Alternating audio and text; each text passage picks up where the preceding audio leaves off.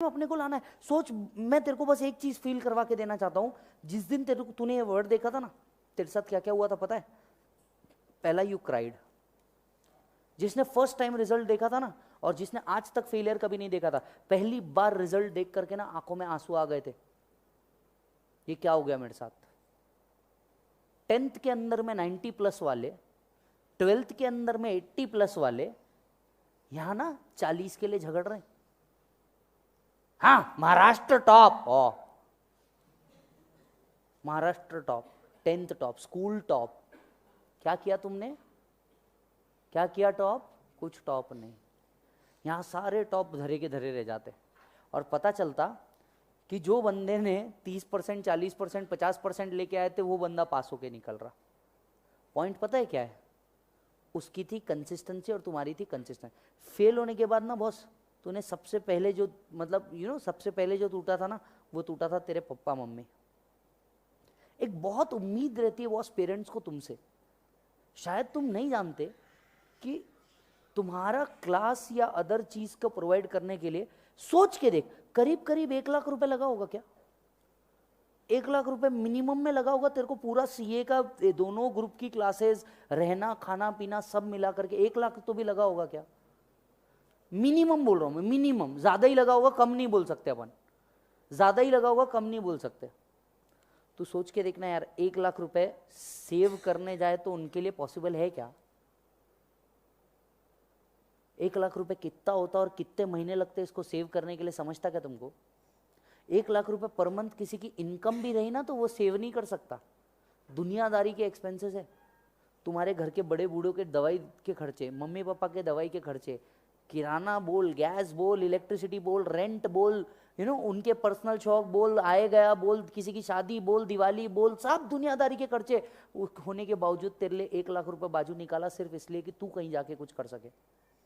बहुत दम लगता है बेटा 1 लाख। देख, मेरे को भी ना इतनी अक्ल नहीं थी पहले, अब समझ में आ रहा है क्या होता। पहले ऐसा होता था ना, मम्मी पापा बोलते थे इधर लाइट चालू है, क्या है, तुमको कुछ है क्या, अपन ध्यान नहीं देते थे।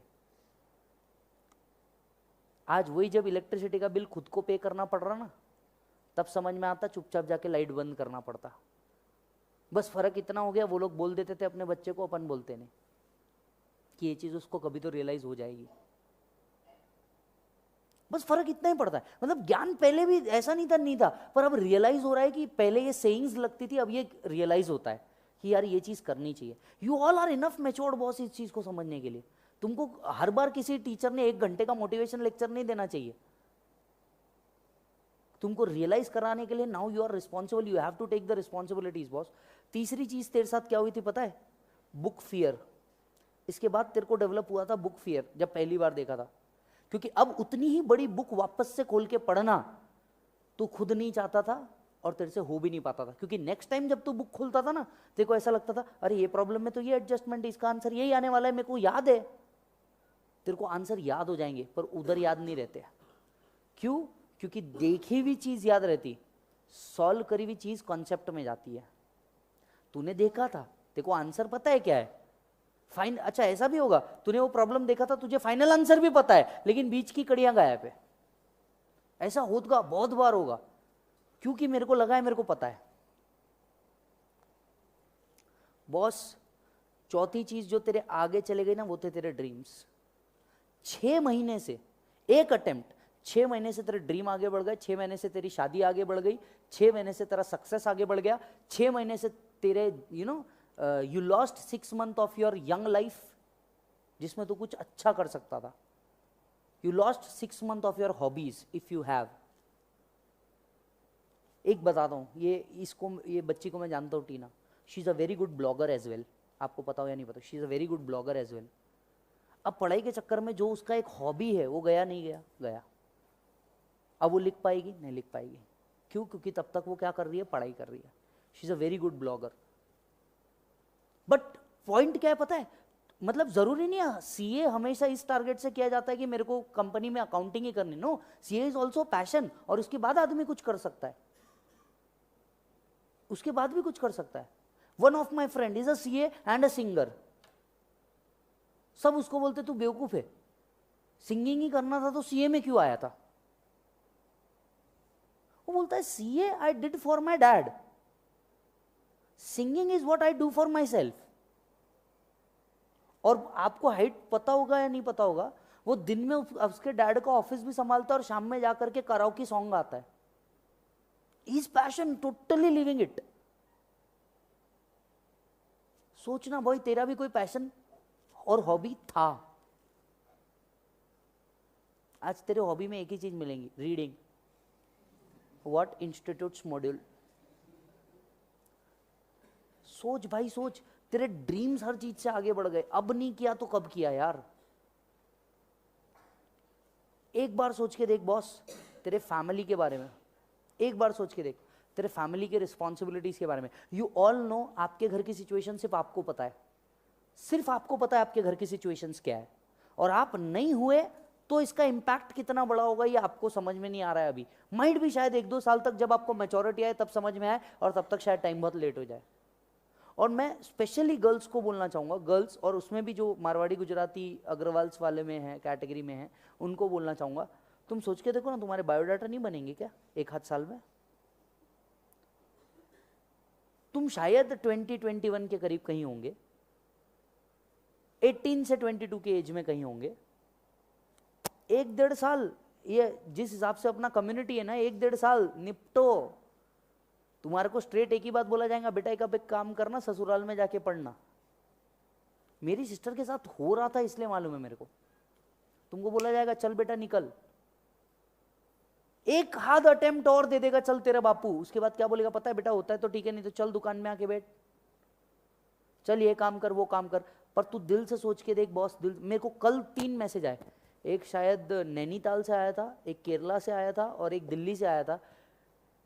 मतलब मैंने उसका नंबर भी सेव करके रखा है। एक लड़का है, 17 अटेम्प्ट हो चुके हैं उसको, 17 अटेम्प्ट, एंड स्टिल काम करते हुए वो बंदा दे रहा है। बोले क्योंकि सर, एंड एक था दुबई से आया हुआ, वो यूट्यूब पे हमारे देख रहा है, and the institute is same. एक बंदा दुबई से आया, वो बोलता है सर मैं कितना भी काम कर लूँ, बट अगेन मेरे को ऐसा लगता है, मतलब मैं 2 मिनट भी खाली रहा तो मेरे को ऐसा याद आती है कि मैं सीए कोर्स में था, एंड मेरे को सीए ही करना है, मेरे को पता नहीं मैं कुछ भी करूँगा। We have seen the cases boss, we have seen the cases. बच्चा हो गया, बच्चा पहली में गया और बंदा सीए बन रहा है। हमने ऐसे केसेस भी देखे हैं। एक केस जो मैंने एज अ टीचर देखा, वो तो सबसे स्ट्रेंज था।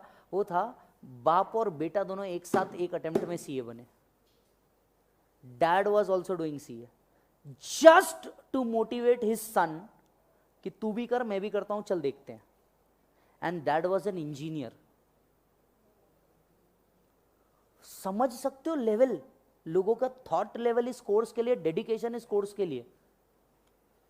एंड एक बार तुम बन गए, उसके बाद भाई तेरा लाइफ डिफरेंट है, बहुत डिफरेंट है, बहुत डिफरेंट। मतलब जो लोग सोच नहीं सकते होंगे तू उस लेवल पे होता है। इमेजिन करोड़ों की कंपनी तेरे एक के हाथ में होती है, कहां घुमाना है और कैसे घुमाना है तेरे को मालूम होता है। एओ साला तेरे से डरता है कि नहीं भाई, उसको भी मालूम है तेरे पास ज्यादा नॉलेज है इस चीज का। You are a gazette officer boss. Bharat सरकार के ए गैजेट ऑफिसर में चार्टर्ड अकाउंटेंट का नाम आता है। कोई डॉक्यूमेंट को ऑथेंटिकेट करने के लिए तेरा साइन लगता है। एग्जाम्पल हॉल टिकट, डॉक्यूमेंट्स को ऑथेंटिकेट करने के लिए तेरा साइन लगता है। तूने साइन कर दिया मतलब yes this is verified and done. इसके बाद इसमें और कोई गवर्नमेंट एजेंसी चेक करने वाली नहीं है। This is the power you will get, and with great power there comes a great responsibility to achieve it. एक रिस्पॉन्सिबिलिटी भी आती है बॉस, तेरे को अचीव करना है उसके साथ। ये एक फेल का रिजल्ट तेरे को अंदर तक के तोड़ देता है भाई। सोच, एक पास का रिजल्ट तेरे को कितने ऊपर तक लेके जा सकता है।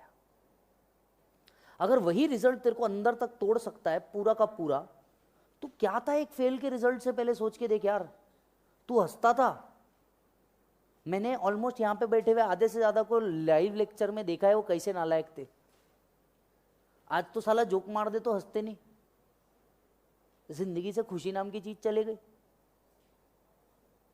गलत बोल रहा हूं क्या? आधे से ज्यादा को देखा हूं मैंने कैसे थे लाइव लेक्चर में, कैसे खूंखार शेर थे, भूखे। टीचर ने कुछ बोला ना, अपन ने कुछ समझने का, बम जोक मारने के। क्या हो गया रे? हो गया, निकल गई सारी हवा एक अटेम्प्ट में। जितने लोग लाइव लेक्चर में थे, अगर मेरे डायलॉग याद आते होंगे तो मैं बोलता था बेटा पढ़ ले, बाद में ये एक अटेम्प्ट लग गया ना तेरी सारी होशियारी निकल जाएगी। बस वो वही कांड था। लाइफ का सीरियसनेस ना तुमको कभी ना कभी तो पता चलना चाहिए, और अब भी नहीं पता चला ना तो बॉस तुम किसी काम के नहीं। देयर इज सर्टन एज जब तुमको ये चीजें न चाहते हुए भी एक्सेप्ट करनी पड़ती है।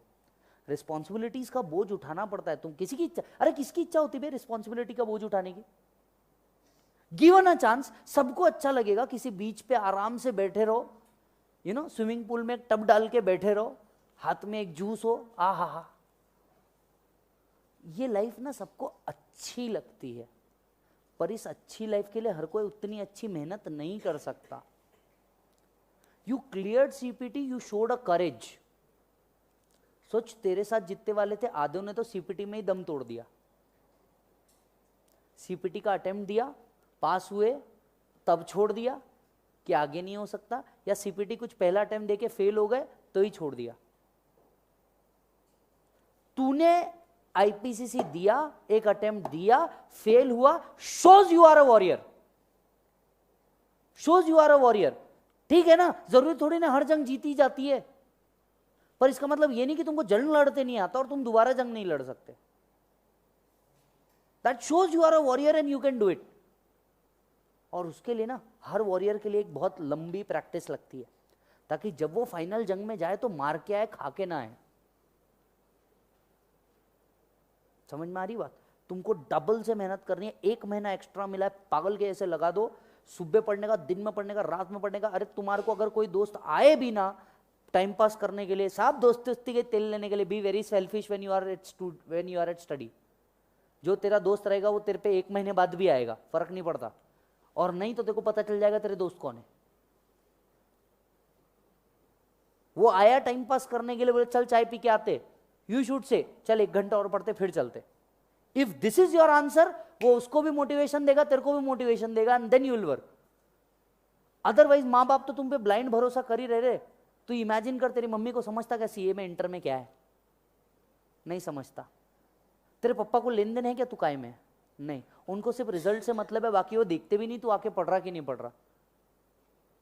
पर हां, वो हर वक्त इस बात पे जरूर कंसर्न्ड है कि क्या तू सही जा रहा है या नहीं जा रहा है। वो इस बात पे जरूर कंसर्न्ड है क्या तू सही जा रहा है या नहीं जा रहा।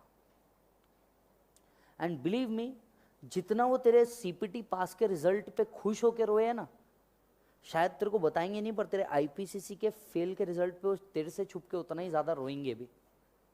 जिस अकड़ से उनने अपने दोस्तों को बोला होगा ना मेरा बच्चा सीपीटी पास हुआ है, उतना ही सर झुका के बोलना पड़ता होगा दोस्तों के सामने कि ये बच्चा अटेम्प्ट नहीं निकल पाया।